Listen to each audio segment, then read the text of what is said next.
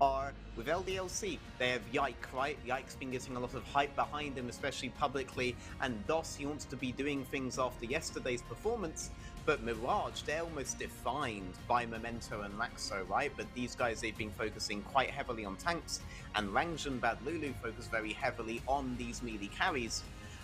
Will they lack damage like they did yesterday, and then maybe give LDLC the Redemption Stone and their jungle support that they want? Viego, that's been a pretty big pickup for Yike in the past. Double resets coming out of LDLC's composition, a bit more standard coming from them. We're used to that. Last time we saw them get Victor, Jinx, Ornn, Viego, very, very scary composition. We'll see if they go for their double tanks on top and support rather than jungle and support. Yeah. Right now, big test from Mirage here. Oh, Aphelios. Considering it's picked up with Aphelios Thresh, so classic combination, yeah? Yep, classic combination there, and a lot of pro ADCs view Aphelios as a good response into Jinx. I somewhat view it as the other way around, especially given that Jinx compositions like to be very, very heavy in range, and diving an Aphelios is not what you ever want to do, but heavy range and poke is what you want to do into him. Obviously, as Bloodthirster, as a potential itemization against that, but well, one or the other. Now, Volley we've seen from Tinks on Misfits Premiere. This fits into what we've been saying, though, right? Memento really likes these tank junglers. He was the guy that brought out the Zac. And now it looks like he might be bringing out the Volley Bear, or could this be a flex to Bad Lulu? But at least typically now in LFL, we've seen it go to the jungle role. Leona picked up by LDLC, it is almost a mirror image. You should know that Victor is going to be next for them. That's what they did last time. And Ornn is also a possibility. So either you plan around that right now, maybe try to secure Camille picks, but Camille is banned, or you just start banning the Ornn the Victors and try to challenge Ica to change it up. Yeah, because personally, I want to see more of the rally that we saw yesterday from Bad Lulu. That looked absolutely fantastic. Or even if they want to change things up a little bit. Just early this morning at LCK, I saw some Fiora Aurelia matchups. So if you want to get spicy in the top lane, I think that could be the way to do it. Ragnar, we've known, who likes to get spicy, like some heat in his food, could be the absolute pick. To Orianna also banned away, so no necessarily ball delivering. In fact, fun fact too, when Mirage and LDLC last played, Rangjan was on the Orianna. I don't think I've seen him play a control mage since. Yes, I do remember that game. He was getting very greedy for waves and not realizing how squishy and vulnerable his champion is sometimes. The Ornn ban will come out. Gangplank Ornn, they've been targeting Ragnar. This does leave Victor open. Does Rangjan have a response to it, or are we going to end up with this massive melee composition? Says the Victor hovered again. This is almost exactly the composition LDLC played the other day, but they won't get the Ornn, so we'll see how that changes.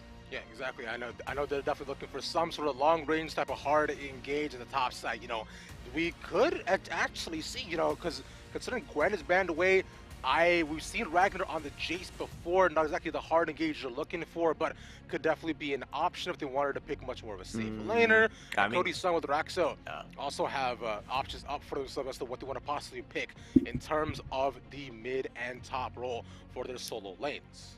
Look, they had to blind one of mid or top, right? With mid, the Victor pick, the things that counter it, stuff like Xerath, stuff like Vel'Koz, stuff like Kog'Maw, we don't associate this with Rangjan. Rangjan has put himself into a position now in draft where he gets heavily outranged, right? Has to trade HP to go in, he has to snowball these early scenarios, which means they've given their counter pick to bot. And what massive tank is open that counters Jace, Irelia, Fiora, all of these? Malphite. And that would fit very well with the rest of LDLC's reset-based composition. They're looking at Graves, they're looking at Renekton. I'm thinking this could be a Malphite game, especially with everything else. It's good into the Rise, it's sort of good into the Aphelios. It's a very AD-heavy team, and you have ways to shut down Rangjan. What you want to see on the side of Mirage is Rangjan playing with Memento fresh, trying to create opportunities around the map. We've seen Rises get unlocked and do a lot. They're going with the Gragas. Gragas does fill a similar function, but also lets them just play a much further back pill-based composition with the Jinx rather than an aggressive, heavy dive composition. No dive buddy would be there for the Malphite, so they've opted in for this instead with the Gragas. Very good disengage. Overall, I think they've won draft. LDLC have. They have a very good, easy front-to-back composition with lots of damage threats, which is the difference between this and the last game. Mirage, it's kind of up to Cody's son or Rangjan in the early phases of the game to work with Memento and Raxo's map control. Let's see it. as we get into game number 2. Yep, okay. Immediately we're seeing just a standard fan. No fancy level 1 shenanigans going on here. If anything was to happen, I imagine it would be from the side of Mirage. They have the potential fresh threat level 1.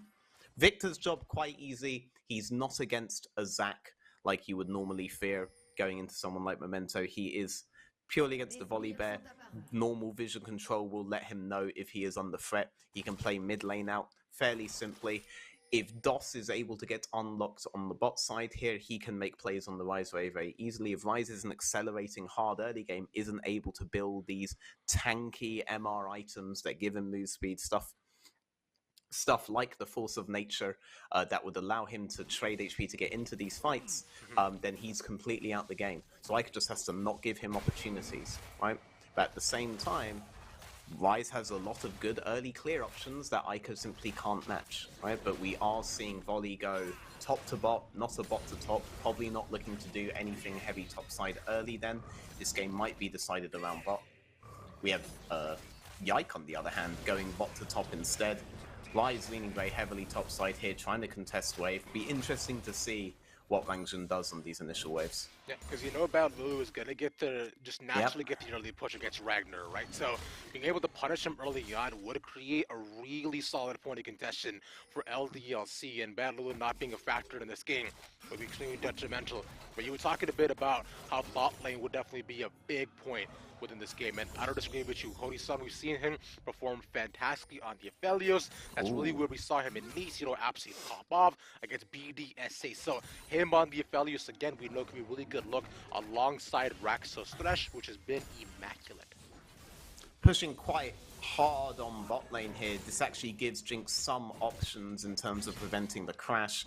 We did just see Rangjun though ward towards topside, spot out Yike on those race. Bad Lulu has very good information, but he must know that in the position he's in right now, Yike could choose to do a gank on topside that Rangjun's not going to be able to answer. He doesn't have mana here and teleport doesn't work like it used to. Yike on the Krugs here, looking to see if maybe he could end up doing something topside. We shall see. Pointed out the Gromp, so with that and knowing the numbers that Yike was on with the ward, he probably knows now that Wolves is actually still up on level 1 for him. He knows Gromp is the second camp, so we'll see if Memento gets to do anything with that information. Yeah, because there is a ward as well right in that tri-bush, right where Yike is looking to enter. So as he gets spotted out, we see Bad Lulu actually still staying in lane as the hook lands bot side. Traded for Zenith Blades, a good amount of CC on both ends as the cleanse is popped. Execute takes a bunch of damage, and there's the cleanse from him. So just some traded between both ADCs. Yeah. Raxo almost soloing Exekick there. The cleanse does get rid of the ignite. He still has the Grievous Wounds there for a little bit of the pots. Definitely not looking very safe there. Rangjun now, he's going to recall. He might teleport back to the lane and attempt to do a fast push because it looks like a dive on bot is the call. Yes, he is doing that. If he does a fast push, he can pin Ica in lane. He's not going to be able to join this dive though. But with this teleport, he may have just set Ica pretty far behind. Ica may be forced into a choice there. This dive ultimately, it denies CS, right, which is very, very good win for them. But DOS Exekick, they play safe. They know that they don't have the cleanse on Exekick, and Bad Lulu just continues to play lane out here. He has an empowered Q available if Ragnar thinks about getting him really, really low. He's moving up to threaten that, trying to force the crash, but Ragnar just won't let him. He won't let you leave the lane, Bad Lulu. Oh, that feels bad actually for him. He's locked here until he can get that minion wave under tower and cause it to start bouncing back. But Ragnar is sustaining up with the W. He's just not letting him get in range, and Yike's gonna be up here soon, and Bad Lulu might be stuck on a bad wave. You can see he's continuing to trade. Exekick on the other hand, relieving himself from a bad wave. Won't deny any CS to Aphelios though. Aphelios loses maybe a minion on this. And will get lane priority, and this also gives permission for Fresh to move to mid first. Looks like Bad Lulu's had to just accept that he will not get a perfect state on this wave. It will eventually slow push back into him, but he will be denied for a wave.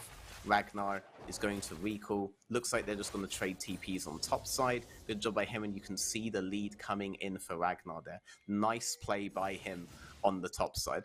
Yeah, and I believe Bad Lulu was also aware that just the longer he stays, there is that threat of Yike, like you were mentioning, eventually ganking him. So it is simply not worth overstaying there, but I believe that they've done a good job of actually just tracking Yike. So for now, this will be a free dragon given over to the side of Mirage. Gonna start the dragon stack early, right pretty much at the 5-minute mark. So not too bad as you get a couple of trades, but a slow and controlled early game from these two teams. So that was an advantage on bot that got translated into an advantage on mid and a window on bot where Cody Sun could free farm without the fresh. That's what translated into the mid push, and all this translates into a free Drake for Mirage. It is a Hextech Drake. This is the most valuable single Drake in the game right now. The new Infernal, the new Mountain in certain compositions. The Hextech is the all-around winner. Yike here defending just in case Volibear decide to transition straight into a dive. Volley, though, just happy to reset his camps here. As we see, Yike should spot Memento, and he does indeed. Question is, will he actually try to engage against it? No, probably not. He'll simply just put down his shadow, make his presence known, as both Raxo and Cody Sun also walk up to put up a little bit of a shield, assert dominance, if you will. And Rangjun had push on mid, and bot lane was most recently pushed by Cody Sun. Raxo Vex kicked us on the tower. Doss going for an engage. CC being put down. Yeah, that's going to be it. But here's the follow-up as well. Both mid laners get a kill. They're going forward. Cody Sun getting out of the lightning storm. So that'll be all she wrote. Just supports. Yeah, that had to be a fast play there from Doss. He had to know that he was at a numbers disadvantage and Cody Sun could move in a situation where it couldn't. Rangjun, though, ends up with the kill versus Ica. Rangjun needs these kills to be able to get the itemization. He wants to be safe in these fights. So good result for them. But Ica, you know, he's also going to do a lot in these late game team fights for the kills, so ultimately the game just slows down a bit further, and LDLC do have the harder scaling front to back composition. Rangjun now fishing for something around topside, just in case something actually happens, but he's not going to find it on this wave. Unfortunately not, but I think for now though, I think Mirage are happy with walking away with the trade that they had. Like you mentioned, translating small leads into 1 point after another. That was... he was looking to solo him if he could. But Ragnar's played this game so well, actually. Like, playing versus Bad Lulu on the initial wave states, getting and holding the freeze for as long as he could when Bad Lulu opted to push, when he probably should have just allowed the bounce back. He was able to take advantages from it, and he's playing knowing he has these advantages. Rangjun on this wave is able to do something with his team, but ultimately it's a Herald. Ragnar gets a recall on top lane, and that's now out the game. It's a good time for him to reset. He knows this isn't the time to repush topside because his team is playing hard around bot. He doesn't want to give enemy team, who just did the Herald, an opportunity to make a play on him, drop Herald there, and turn this into an even trade rather than just an advantage for LDLC. They're going for the red buff now. I just wanted to point out that before Ragnar actually backed, he was 18 CS up, almost 20 on Bad Lulu 2. So you can see he's been having a wonderful time in this lane, like you mentioned, playing fantastically. And this Gragas matchup, I was assuming that he get pushed in, but speaking of getting pushed in, Memento caught by the Raptors, gets a small shield and has to ult away under the tower, but just not out of range enough. And now the next target will be Rangjun, but he's far enough away to survive. Nicely played there by LDLC. Good map movements by Doss and Yike to trap Memento in the bot side jungle. They'd already made a play on red buff. They had no immediate reason to go bot. They're going to make a repeat play onto Rangjun. Ultimately, that will deny him CS, but he will be able to make it out here. Yeah, just flash for flash. The one who's under threat is Jinx. Like you were saying, because right now XK has been left alone for so long that he has to play so far back, denied a little bit of XP and farm nonetheless. So speaking of farm leads, Cody Sun doesn't have a bad one at all. Were this a red buff straight back towards bot lane, Cody Sun wouldn't be getting the advantage he's getting, and he is the guy that from draft we was saying has to be the big damage threat for Mirage because of the range issue that Rise is going to face, but by extending for the Memento pick, successful as it was, extending even further for the Rise pick, this hasn't been the one-sided trade LDLC were looking for. In spite of Ragnar's best efforts, Cody's son actually got a lot from this, and now he's even going to get first tower. An opportunity opened up by this massive extension by DOS and Yike into the bot side of Mirage. And we see effect Rangjun as well. Roaming down bot side, he should encounter Yike in front of him, so he knows it's a fight he can't take early on. He has almost no damage if you're able to duel this, which will become a 2v1 very quickly. So he has to back away. Battle feeling confident, has the heal from the Q. The cask misses. That's so unfortunate. And now Ragnar actually might be able to get the trade. He does enough damage. He has the Bramble, and he'll force them away. The rocket going, and it's gone! Bullseye! Oh, Bad Lulu. Bad Lulu actually kind of Bad Lulu kind of hinted a little bit there. If that cast landed, he was just dead straight up. He survived down about 150 HP. Ragnar though missed the cast. Jinx ends up finding the kill as a result. It's difficult to understand why he fully opted into this trade. He'd likely end up having to just burn Flash here if he was to land that cast, but Ragnar doesn't. Bad Lulu keeps going, recognizing the advantage, sees here how close that actually was when he's on 250 HP. Amazing this Jinx rocket hit. Oh, that was amazing trajectory. The fact exit kick might be a sniper at this point, considering how we actually planned, knowing where Bad Lulu would be. And Ragnar, I find, had a small plot to play into, making sure that the position was just perfect. Speaking of which, DOS locked inside of the box, and that'll be all that they thought. That was definitely not it there. Mirage ahead on top side with numbers, and now with DOS's death, Exakick and Yike, they just have to retreat away from this top side tower. So that's bot tower going first to Mirage. They're now pinning top side. And that's it. That's the game right I there. guess so. Yeah, that's. I guess that's it. That's just how it goes. Sometimes you just have to accept when you're defeated. But honestly, though, LDLC still have a lot. Okay, we are back in the game. LDLC still have a lot of options. Look at this bounty on Ica here. That's representative of a very, very powerful Victor coming into later stages of the game. Sure, you're getting these tier 1s now in this wide map state, rotating Rangjun, rotating Fresh, sometimes getting individual picks, individual advantages, but eventually you're going to be sieging tier 3. You're going to have to be going into this Victor, into a very, very long range Jinx. You have to get into them through Leona, through Gragas. Speaking of getting into Victor, Ica's left alone, but the lightning might do just enough damage. The Heartbreaker will not land. Raxo appears just in time. The second rocket is absorbed by Raxo. Look at that, just a synergy. And now, going down the bot lane to recreate a scene from the top lane. Well, I think one of the most powerful and underrated abilities in this game is that Lantern that you just saw Raxo use there. It's a repositioning tool, allowed Volibear to extend far more aggressively than he would have been able to beforehand, and survive. We were talking about Ica becoming this potential PowerPoint for LDLC later. They take care of it there. They get another assist onto Rangjun. Exakick versus Cody's son. Yeah. Suddenly not working out. Yeah, definitely at this point, Aphelios is the stronger champion in a one-on-one scenario. It's in the 5-on-5s later on that Jinx is going to really shine. But for now, can't afford to overstep versus Cody's son's Aphelios. They even know how to play that matchup in North America. I mean, he is one full Doran's Blade up here, veteran, so I think the power scale definitely speaks for itself. But one thing I did want to talk to you about as well, because one thing we were discussing before going into the game, especially when we're talking about Raxo, is just how the jungle support matchup will play out right between these two teams, considering how Memento, Raxo been looking up, and Yike as well has had standout performances.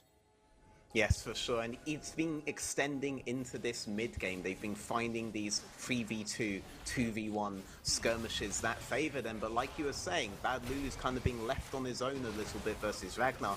Ragnar had that early advantage. Thus far, Mirage's only response to that early advantage to Ragnar is to try to keep making things happen elsewhere on the map. It's difficult to see how useful this Renekton is going to be later on, given that he wasn't played heavily around, and you could even see this just from first clip. That's my big question about Mirage. what is the role for Bad Lulu in these fights later on, given the state of the game? I think he's simply meant to be a meat shield.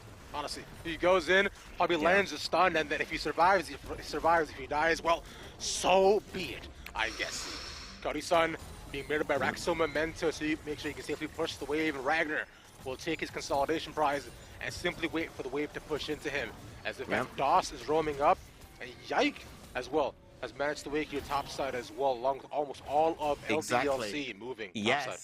Moved all topside with what spawning in 30 seconds time. The Drake on bot, they timed that Herald topside beautifully. They've dragged all of LDLC there to defend. They've gotten a better set of recalls and better economy than LDLC, and now they can even contest them getting in towards the Drake because of that positioning advantage. If LDLC wanted to match on economy, they'd have to be resetting now and then going back in. But instead they decide to go back in for positioning, makes them a little bit weaker on the potential contest here. Ryze has ultimate. This can turn into a fight. Bad Lulu gonna be the meat shield. Oh, he's 2 people in, and the immediate stun. Look at Exekick, who gets the free fire against both of them, but now he goes in and gets into the attack speed. He can simply walk out. That's 3 kills almost going his direction, and now they might be able to look for more Raxo. It's so low. Ragnar says, catch that, buddy. That one's for you. As they look to extend, that's 4 people gone from Mirage. And there you see the power of LDLC's double threat composition, arguably triple threat given how Ragnar's going. It's not over yet, though. Oh no, Cody-san, no stun landing, looking to get the blast cone, but they're just chasing him down here, veteran. He should be able to get out of this, but how long can he run for? The second stun will not be in range, and he manages to get out alive. Yeah, I mean, that team fight, though, Bad Lulu, he did his job. He was supposed to be a meat shield. He was on top of Ica the entire time. Ica was not a part of the rest of that fight, but just Exekick, Ragnar, Yike was still more than enough to out-damage Mirage's composition, even with Bad Lulu zoning Ica for the whole fight. Ica, the guy who's been getting a lot of the gold and a lot of the priority from LDLC. So you can see how difficult these good situations are. You can see here Bad Lulu straight on towards Ico, keeps going. Yike, DOS, they're all in the middle of much healthier champions with Cody-san, with Ranger, with Raxo, but it's just not enough. Exekick was barely even there for most of it. They can't contest, even if Bad Lulu is able to remove one person from the fight. You can just see the better team fighting composition exists on red side, not blue side. So Mirage have to think very carefully about if they actually want to go for these fights, even when they feel like they're in a position of an advantage. And this was a very similar situation the first time these 2 teams met. LDLC drafted almost the exact same way, and when it came down to the 5v5s in the mid game, they were simply better. But this might be the turning point. They catch Ragnar, but they trade 1 for 1. It's jungler for support, and now LDLC turn it back around again. Exekick not being capitalized on, and let the Rockets hail free as he gets the double. Yank goes in. They're going past the tower, and they will get Cody-san this time. The blast cone will not save him. It is a 2 for 5 for LDLC. I feel like a consistent thread we've been seeing for the last 2 days in the LFL, arguably the last few weeks, have been there are teams like Mirage that are trying map split compositions with very, very, you could almost say, patient styles of play. And then there are teams like LDLC that are like, let's just build the biggest UG smash comp possible, and then they smash. Right, and it's this nice balance between can this team execute their much more experimental off-meta playstyle that may become good in a future patch versus LDLC's very pragmatic approach, because you're right, we've seen this composition from LDLC before. I feel like we've seen this composition from LDLC almost every game, short of a game that they played at Nice, where they actually finally looked into Enchanters. It's normally these double tank compositions with very, very easy carries to play. And Mirage here, they're the experimental ones. The experiment here, not going so well. Sadly, no. It's a Bad Lulu yet again left on an island. I just want them to give this guy 1 game.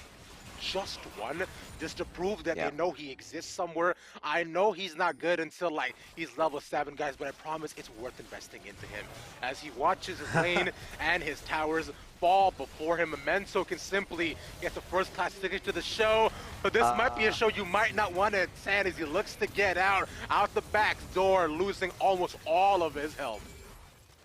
Honestly, he hasn't necessarily been like the highlight player of the game, but I do just want to point out Exakick's consistency in this game, short of that 1v1 he probably shouldn't have allowed himself to fall into with Cody Sun on the top side. He's played all these team fights well.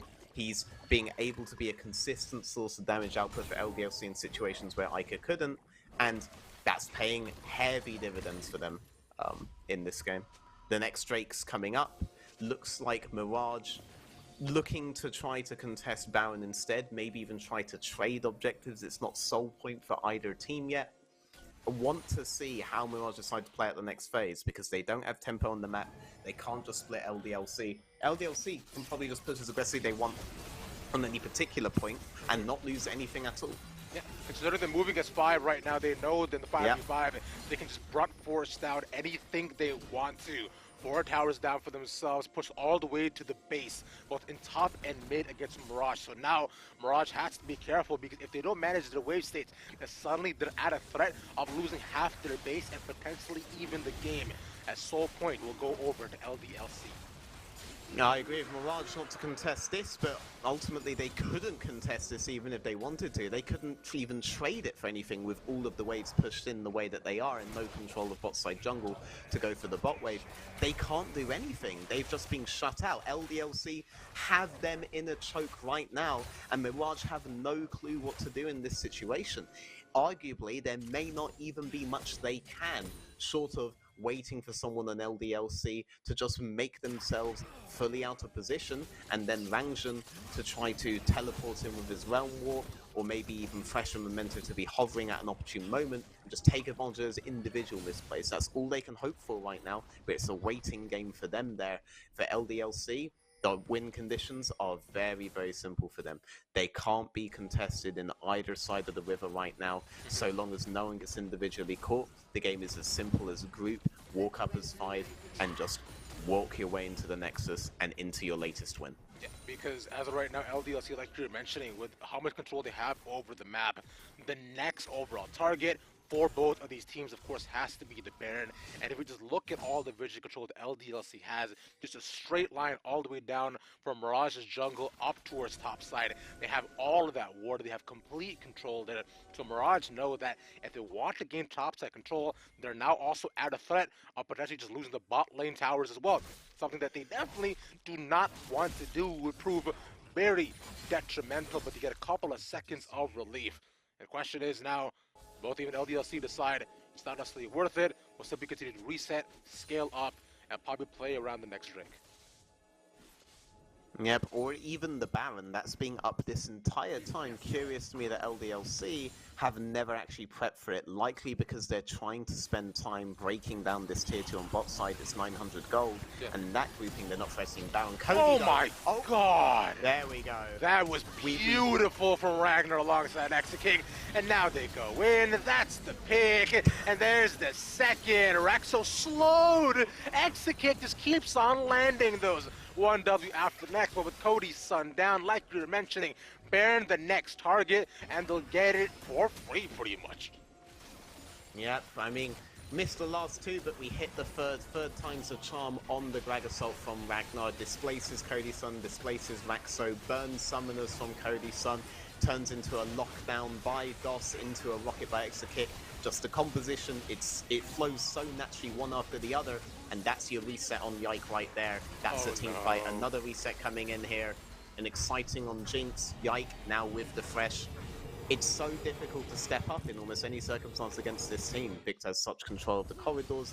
DOS can face tank so much before anything severe happens to him, and Jinx will never really be in range of you in Yike. He's always there, always waiting for the first guy to go down, for him to get his first resets. What can you really do against this composition? It's worked for LDLC before, it's worked every time for them, and they love going back to this bread and butter.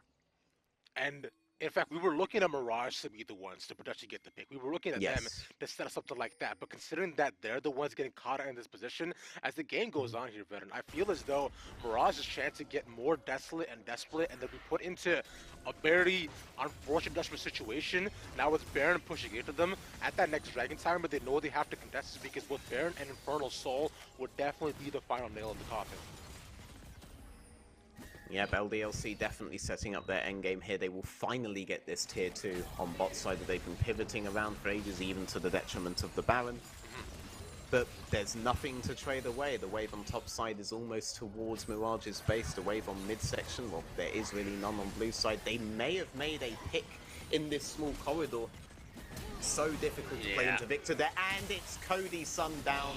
The second damage dealer with Rangjun cannot enter the fight anymore. Jinx just barely misses Rocket, but doesn't matter. Rangjun needs to get into the base because he cannot join this fight. But the base is being broken right now. Excited that on is Jinx. it here, Veteran. Like you saw, with one more going down, with them catching Cody's son too. The last person you want to catch, LDLC, play it clinical. Like you said, getting their bread and butter compositioning and making sure to butter the toast on both sides. One after the next, the towers will fall. Another ace for LDLC OL as they will go up in the standings 7-3 against Mirage to get the run back in week 5. Look at that. There's something to be said about the insistence.